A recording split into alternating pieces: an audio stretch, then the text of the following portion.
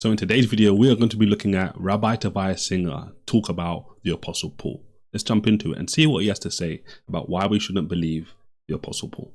In one of your broadcasts, you claim that the story of Paul's martyrdom is a fabrication of the church, but why do you dismiss the testimonies of early Christian writers like Clement of Rome and Ignatius of Antioch, both of whom attest to his martyrdom? What makes their testimony less valued than the Talmud? That's a very good question. I'm very grateful that you asked it, and I want to tease this out. We have to Tease it, find Rabbi. the definition of martyrdom and how Christians use that term. You chose Paul, and I'm going to go with that. A martyr is just a witness, somebody who believes something, testifies or something. That's what the Greek word actually means, right? Martyro. It comes like someone who's a witness, basically. And in the context of martyrdom, it's just someone who dies being a witness. So I want to be very clear what martyrdom means. Like Joseph Smith was killed for his religion. I mean, if he had not claimed to be a prophet, he wouldn't have died that way. Is Joseph Smith a martyr? If he is, and that's considered a good thing, then why don't you become Mormons? Okay, so this is not the way the church is using it. And I want to be very clear in how the argument that Christians make when they say that Paul was a martyr, or Paul and Peter were martyrs, or almost all disciples were martyrs, with the exception of John. We have to be very clear on what that means, because no one questions that there were Christians who were killed because they were Christians. And there is no religion on this planet that does not have people that died for their religion. Okay, so we'll listen to what he has to say more in a moment, but to a certain degree what he's saying is true, right? And I would agree. However, this is the difference with people like Paul. We could talk about the disciples as well, but let's speak specifically about Paul. And this is why this is so significant. Paul is a very powerful testimony or proof. He's a powerful witness, pun intended, of why Christianity is true. What do I mean by that? Well, Paul is a special case not because he was one of the original disciples or anything along those lines, but because Paul, what we know about Paul is he was a very prominent figure. What Paul says about himself is he was excelling, right? He was the best of the best. He was the creme de la creme. And the reason that's significant is because Paul, for some reason, right, let all of that acclaim, all of that success goes. He talks about being a Hebrew of Hebrews. He talks about basically just being the best. He was the best out of his group of people that were around him, right? His age group, etc. He let all of that stuff go and decided to become a Christian. Now, most people can understand that. Let me give you examples. So imagine someone who's like very established, very successful, and they turn around and say, well, I'm going to let all of this stuff go and I'm going to now go way down. It's like a CEO or high executive in a company saying, I'm not going to be a high executive anymore. I'm going to forgo the notoriety, the rewards that come with it, all of that good stuff. And I'm just going to just be an everyday person, right? This is what makes Paul's story so compelling. Why would someone who, by his own testimony, his own admission, he's going to Damascus to bring Christians back. He's, as he says in Galatians, compelling Christians to blaspheme. He's getting them to turn their back on the Christian faith. Why would someone who's doing that, who's in such a prominent position, turn around and say, well, I'm going to now start to get stoned and beaten, etc., for something I used to persecute? This is what makes his witness so powerful and so significant, and especially because it's so early in regards to just Christianity. This is different to someone like Joseph Smith and to many other people, right? And I don't know if Rabbi Singer is going to touch on some of the stuff I just mentioned, but let's hear what he has to say continuing. So that's not what we mean here. We have to have a definition term. So I'm going to define the term martyr in this way. That doesn't mean the word only means that, but this is how Christians weaponize and use this term with regard to Paul or Peter, and then I'm going to address this. So this is very important, because the argument is, why would a person die for a lie? liars make poor martyrs, okay? So what Krishna is saying is Peter, Paul, and others were set to be executed, but we're told that if they recant what they're saying, then they go free. They chose to die. And it's not as simple as why would someone die for a lie, right? As I just explained with the Apostle Paul, it's much more than that.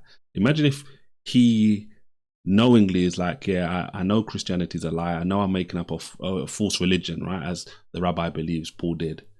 Why would you go from high prominence, high success to this situation, which is clearly negative? In the first century, in the second century, in the third century, it was very negative for being a Christian, right? On a completely different level to being a Jew or anything along those lines. Because as time passes, right, Jews had become like welcome, right? In many ways, like it wasn't just rosy. It's obviously different to Christians who were new on the scene. And Jews obviously many Jews anyway were against Christians. But obviously then the Romans were like, they didn't know how to deal with them. And this is why you can read first century, second century sources talking about how the Christians were being persecuted, they were being fed to the lions, etc. Right? Being a Christian and sticking with Christianity meant death. And renounce their religious beliefs, okay? So that's used as an argument for why we should trust them, okay? Do you understand that? Okay, so this is all nonsense. There is nothing in, you chose 2 Clement of Rome, probably written at the end of the first century. There are some that argue it's later than that. And Ignatius makes that claim, supposedly makes that claim, but they don't make that claim. Those two make the claim that Paul died, It doesn't say that they were given this option. Now, I want to be very clear that I do not believe that this letter of Ignatius and many other letters attributed to this early church father who was the bishop of Antioch are authentic. It's very clear. I think the vast majority of scholars do not believe Ignatius's letters that are attributed to him are authentic. They're rather fake. The wide majority of scholars don't believe Moses wrote the Torah. So we have to think about the arguments that we're making, because obviously Rabbi Singer believes Moses wrote the Torah. I obviously believe Moses wrote the Torah. But I want to grant everything because I want to steelman this. That's good. They don't make that claim. Moreover, if Paul was offered to live, if he just recants his claim and chose to die, why didn't they say that? Now, Irenaeus, for instance, in his work against heresies in chapter 3, just says that what I believe happened is that Paul went to Rome, wasn't executed, and moved on to Spain. And in the book of Romans, Paul says that he's, after Rome, he's going on to Spain. And in fact, if you look at Clement 5, the Clement... Paul, that didn't make sense to me. Paul, at the end of Romans, is saying after this he's going to Spain. But Paul isn't writing Romans to the Romans in Rome. Paul is somewhere else. So Paul is writing Romans from somewhere else, and he's saying, I desire to come to see you at some point. This is where I'm going next. And at some point, by the grace of God, I'll be able to get to Rome to see you and to confirm the stuff I'm saying in my letter. Of Rome, chapter 5, where this comment comes from, the author says that he died in the westernmost part, in the furthest in the west, which would be Spain, right? So he's in Rome. If you go west of Rome, it's Spain. So Clement is not even claiming that Paul was executed in Rome. So this is and this incidentally comports with Irenaeus's account, again, against heresies, section 3, that Paul in fact departed. But I want to, so do you get all that? So now the claims that we hear about in the church that Paul's head was chopped off, when his head was chopped off, milk sprang out of his neck, and then his head bounced 3 times, and every time his head bounced, a spring of water shot out of the ground. And there's actually a church in Rome which has the fountains there and all that stuff. They call, I think, the church outside the wall in Rome. There, you want to believe that, you can believe it. That's all late church fiction. As I'm just thinking about this now, I'm just like, I just think back to the original question. Paul, this is about Paul believing, why would Paul die for a lie, etc. And the question is framed around testimony coming from the late 1st century, 2nd century, etc. And my thinking about this, when I just think about this, is that I just hear the rabbi speak more and more. It's like, okay, cool. He said he's going to grant this stuff. But in my mind, I'm just like, why not? Why are you dealing with the later stuff, and instead of dealing with the Bible? Let's say we don't even talk about Paul's death, right? Because the New Testament writings don't talk about Paul's death, right? When he died, etc. But there's so many different examples in the book of Acts, based on Paul's own testimony, where he's talking about being stoned multiple times, being shipwrecked, being betrayed by fellow countrymen, etc. All of this different stuff. It's obviously not death, but all of this stuff happened to Paul. And again, based on the point I mentioned previously, which is all really just talking about things which I mentioned in the Bible specifically, right? Even if we just disregard the death part. Why would someone who's in high prominence, a famous individual, rising continually, say, well, I'm going to let go of all of this stuff. I'm going to let go of my prominence and go to now being in a suffering position with these group of people who are being kicked out of synagogues and are being persecuted by people like Paul? It doesn't make any sense. Mythology. And it's very, very late. You want to read that kind of stuff, you go to late books like the Acts of Peter, the Acts of Paul. That's where you find it.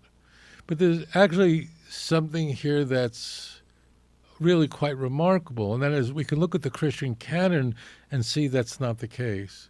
The book of Acts is very important to us. The book is called the Acts of the Apostles. But although it's called the Acts of the Apostles, in reality, the book really is, the last 2/3 of the book is about Paul. Okay? And Paul essentially ascends to, I don't agree with how he's framing that anyway, but the book of Acts, Paul is not even mentioned. Like, as much as he's saying, look, the last 2/3, really Paul, if you want to say, takes over, comes into like real prominence from chapter 9, but in the first third, right, of the book, Paul is not even mentioned. The first time we hear about Paul is when Stephen is being stoned to death. So it's just in passing. There was this guy called Saul, they were giving their clothes to the people who were stoned. The people that are stoning him were giving, the people that were stoning Stephen were giving their clothes to Paul to hold, etc. Saul. And then in chapter 9, he goes off to Damascus. He's going to get Christians, and then Jesus meets him on the Damascus road. And then it's still a bit of time, right, before Paul comes into prominence. It's really, if you think about like really deeply, like Paul goes around preaching Acts chapter 13 and 14, but Acts chapter 10 is about Peter. Acts chapter 11 is basically the follow-on of Peter, what's happening with Peter. But the point I'm really trying to make is, the book is called Acts of the Apostles because right from the very beginning to the end, it's all about what the apostles are doing. All of them, right? So we read about Peter, we read about John, we read about James being martyred. We read about different people. And then, yes, we read about Paul and Barnabas and other people. Obviously, they were doing different things. So they had different assignments, they had different stuff. We've read Gospels, 4 Gospels, which are fundamentally about Jesus, yes, but we're reading about these disciples and the different stuff they're doing. Acts, especially the early part, is just an extension. They continue to do what they were being prepared to do in the Gospels. And then obviously we read about Paul and the message to the Gentiles, etc. So a good guy. He's the great guy. And basically once he converts to Christianity, he is perfect. Unlike Peter, who makes mistakes. Paul is not perfect, and he's not even presented as perfect. Come on, Rabbi. But Paul is just right on. Now, the key is... And even if you think about it, so I was just thinking about it, it's like Peter in the New Testament, from Acts on, right, after the Gospels, makes one mistake, which is mentioned in Galatians. Paul, if you want to argue, him and Barnabas have an argument, right? And they can't agree, even though the Holy Spirit had said these two should work together, etc. So I already mentioned this already. The Bible isn't trying to present Paul as perfect. He, even by his own testimony, admits he's not perfect, etc. And Peter, the dating for the book of Acts conservatively means if any of you opened a Christian Bible, I don't care what Christian Bible you use, and look for the date of the book of Acts, the dating, I'm being very conservative here, I'm being very charitable here, is 85-90. Okay, there are scholars who place it in the 2nd century. I'm not doing that. Okay, and again, this is why it's so powerful, because I mentioned earlier on, right? The same people who the rabbis appealed to earlier on. I flipped it and I said, okay, cool. These same scholars would say that Moses didn't write the Torah, which the rabbi doesn't agree with, and I don't agree with. And Christians, obviously, we're not going to agree with these scholars saying Moses didn't write the Torah when all throughout the Bible, Old Testament and New Testament, is telling us that Moses wrote the Torah. So I'm just saying that to say, yes, there are many scholars who would say Acts is written in the 80s and in the 2nd century. That doesn't make it true, right? It's more likely, when you don't have a bias to the supernatural, that Acts was written before the destruction of the temple in 70. And most likely it was written in the 60s, right? Early 60s, mid 60s, etc. And that shouldn't even be a problem. So yes, the rabbi is saying, yes, some people put in the 2nd century, but conservatively 80s and 85. There's a reason why a lot of scholars will put in 80s. Okay. Now the claim is that Paul was killed under Nero, which means he was killed in the 60s. He was executed in the 60s. So now, just so those of you who are not familiar with the book of Acts, it ends with Paul being released from prison. Okay, Paul is released from jail. Okay, so this is what you'd have to believe. The book of Acts, written, let's just be very charitable, because we want to steelman this, was written 20 years after Paul was executed. And really, if you were going to steelman it, you wouldn't say it was written in the 80s. You'd say it was written before the destruction of the temple in 70. Whoever wrote the book of Acts wrote the book of Luke. We don't know who it is, written anonymously, but whoever wrote it just did not think that Paul being executed willingly for his faith was important enough to mention. And what does that assume? I knew who was going here. What does that assume? That assumes that Acts was written after Paul was dead, like long after Paul was dead, etc. When most people you hear talk about Acts, they'll say, well, look, if Paul was dead, he most likely would have written about it. It's actually an argument that we as Christians use to showcase why Acts was written earlier and not written later. Because like if the temple had been destroyed by the time Acts was written, or by the time the Gospels were written, it would make sense for them to mention it, considering Jesus said the temple was going to be destroyed, and how massive of an event that would have been in 1st century Jerusalem. So really, when you think about it, the fact that none of the New Testament writings talk about Paul being killed or Peter being killed, etc., but they talk about someone like James being killed. Why would Luke mention James being killed, but not mention Paul being killed? When apparently, as you heard the rabbi say, Acts is really about the Apostle Paul.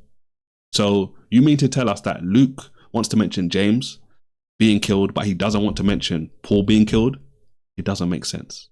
It would only make sense if, more likely, Paul had not been Paul had not died yet when Luke is writing the book of Acts. This is completely impossible to believe, and this is not proving from silence. It's just not possible. Acts would have recorded that. After all, the book of Acts and Luke Acts is very interested in martyrdom and how you're supposed to die as a martyr. In fact, we find the death of Stephen earlier on in the book of Acts. I agree. And I mentioned Stephen's death earlier, and it's even good that rabbis mention it as well, because I mentioned James, we mentioned Stephen. Multiple people die in the book of Acts. And if I mentioned this already, if Rabbi is saying, the Acts of the Apostles is about Paul, the majority of the book is about Paul, Paul's this perfect figure, etc. in the New Testament, why on earth would Luke write about these other people, but not apparently write about the creme de la creme, the special apostle in Acts of the Apostles?